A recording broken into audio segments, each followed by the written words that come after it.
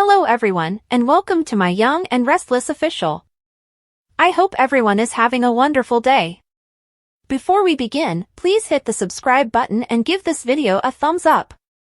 The Young and the Restless spoilers for Monday, June 2nd reveal that Kyle Abbott is ready to go above and beyond to influence Victor Newman.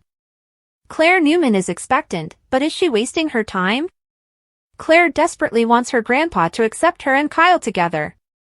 Kyle has been through this before and doesn't have high hopes. Then there's Claire's mom and grandma, Victoria Newman and Nikki Newman. They also think Claire should not waste their time trying to make Victor happy. Claire are spinning wheels, but everyone wants Claire to be happy and are being as supportive as they can be. Claire is sure that Victor will come around and anoint them, and she will have a brand new adventure ahead of her. She doesn't know Victor very well. Claire is late to Nikki's party and she may arrive to find a tense atmosphere. Kyle does his best to be acceptable, but she may walk into a firestorm. Kyle wants to prove himself worthy of Victor, but we don't see how that's going to happen in this lifetime. Claire are in the weeds. Kyle tries his best to remain cordial, but he suspects that Victor is just paying lip service to his granddaughter and her plan will fail hard. Is Kyle willing to do whatever it takes to win Victor's approval, or will he just waste his time? Luckily Kyle has one last trick up his sleeve, but no guarantee that it will work. Claire is a lucky girl, to have her boo be so willing to go on a kamikaze mission for her. Claire are desperate to be happy. How will Claire respond to Kyle's big inspiration?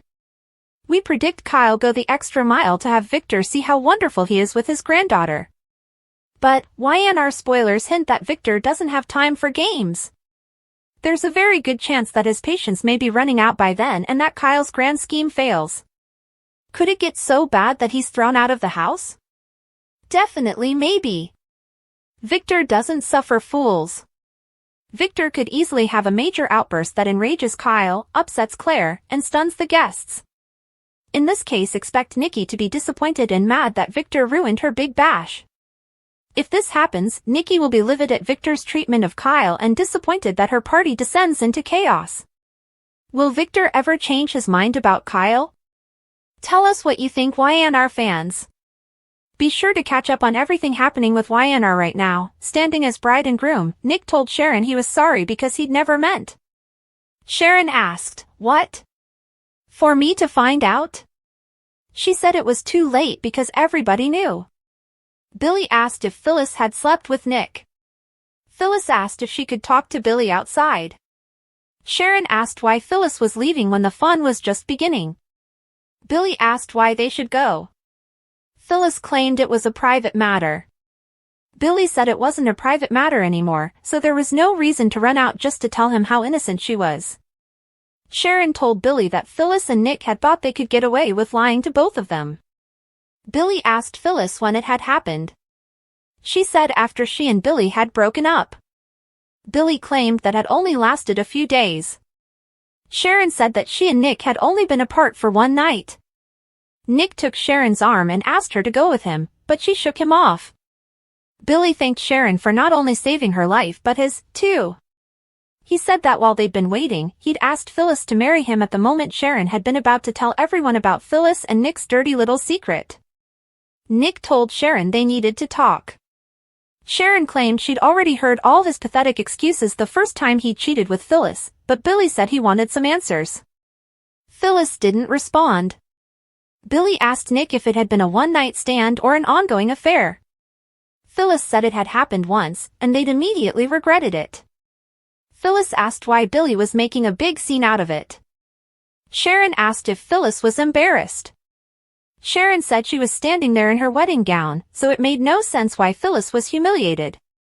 Nick took Sharon's arm and asked her to listen to him, but Sharon told Nick not to touch her.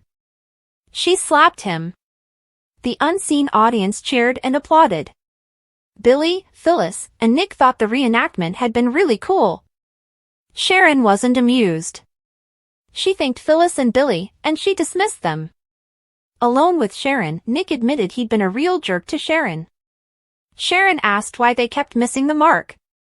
Nick claimed he hadn't found what he'd been looking for. Sharon asked if he'd ever known what that was. He claimed it had always eluded him. Sharon said there was a part of Nick that coveted the bad boy image, which was the reason he detested Adam. She said Nick envied how easy it was for Adam to be that person and the way Adam could lure a certain type of woman right in, usually the insecure type who didn't think she deserved anything better.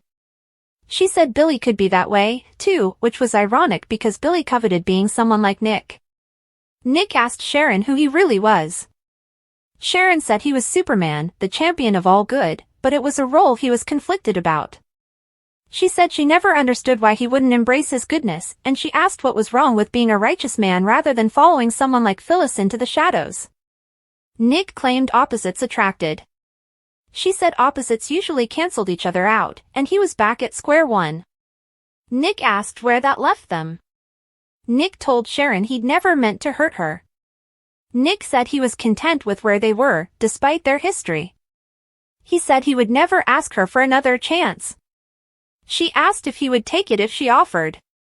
All of a sudden, Nick, Phyllis, and Billy were gone. Sharon complained that she couldn't get a straight answer, even in her dream. Sharon was back at the jazz lounge. She saw Summer, and she asked if Summer had seen Nick. Summer said he'd just been there. Sharon said maybe he was avoiding her. Summer asked why Sharon thought that. Sharon asked if Nick had left with Phyllis, but Phyllis answered that he'd been there with Billy. Summer asked why Sharon thought Nick was avoiding her. Summer said she knew Nick had made many mistakes over the years, and she asked if it was time for Sharon to absolve Nick for everything and give Nick a clean slate. Sharon asked if Summer was feeling guilty around her because Summer had latched onto Chance so quickly after their breakup.